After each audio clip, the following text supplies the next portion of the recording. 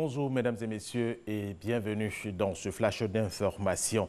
Ce mardi, c'est le premier jour de composition des épreuves écrites du brevet d'études du premier cycle BEPC. Plus de 400 000 candidats repartis, dont 677 centres de composition tentent de décrocher ce deuxième diplôme scolaire. Pour la première journée, ces élèves de 3e et les candidats aux tests d'orientation sont face aux épreuves de composition française, de physique, chimie et de mathématiques. À San Pedro, ce sont 11 191 candidats repartis dans 9 centres qui affrontent les épreuves et tout se déroule bien et même très bien jusqu'à présent. Dans les directions régionales de l'éducation nationale de Gbeke, ils sont 22 044 candidats qui ont débuté les épreuves écrites du BEPC. Ils sont repartis dans 32 centres d'examen. Abdul Kader Sogodogo, Guédouma, RTI Boaké. Après une année scolaire bien remplie, voici venu le temps de l'évaluation pour les élèves de la 3e des lycées et collèges de la Côte d'Ivoire. À l'instar de leurs camarades, ceux de la région de Gbeke subissent depuis ce matin, et ce pour 3 jours, les épreuves du brevet d'études du premier cycle BEPC dans le calme et la sérénité. Ils sont d'ailleurs confiants. Je me sens un peu prête et Dieu fera la suite. C'est ma 2e fois. J'espère que je vais avoir le BEPC cette année. Dans la région de Gbeke, ils sont au total 22 044 candidats qui espèrent décrocher le BEPC. Parmi eux, 1589 pour les tests d'orientation en seconde. Ils sont encouragés par l'autorité préfectorale. C'est juste une évaluation de fin d'année. Considérez ça comme cela.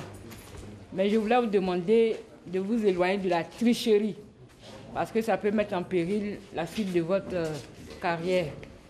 Donc, nous sommes là pour vous encourager et vous dire que tout le Gbeke compte sur vous. Côté administration scolaire, tout est mis en œuvre pour le bon déroulement de l'examen. Mettre en place tout ce qui est nécessaire d'abord pour lutter contre la tricherie, mais surtout faire en sorte que les enfants travaillent dans de très bonnes conditions. Conditions de quiétude et surtout conditions de bonne réflexion. Les résultats du BEPC session 2018 seront proclamés le 2 juillet 2018 en début d'après-midi.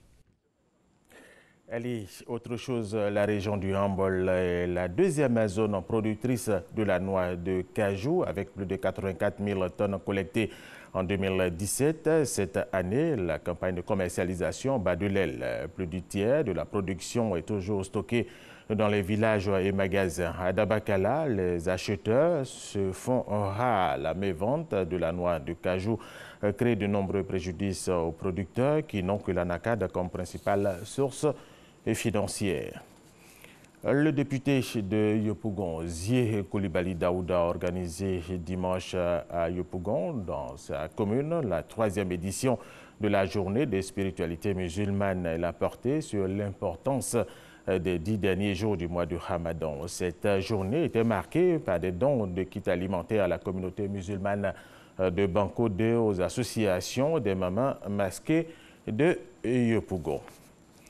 Donald Trump et Kim Jong-un ont échangé ce mardi à Singapour une poignée de main historique, la première entre un président américain en exercice et un leader nord-coréen. Image longtemps inimaginable, les deux hommes se sont salués devant une large rangée de drapeaux des deux pays avant de marcher ensemble sur un tapis rouge, échangeant quelques mots. À la suite de leur entretien, les États-Unis ont décidé de garantir la sécurité de la Corée du Nord. Le dirigeant nord-coréen Kim Jong-un lui a réaffirmé son engagement envers une dénucléarisation complète de la péninsule coréenne. Les avocats du Congolais Jean-Pierre Bemba, acquitté à la surprise générale de crimes de guerre et de crimes contre l'humanité, vont plaider ce mardi devant la Cour pénale internationale pour sa libération immédiate après près d'une décennie passée en prison.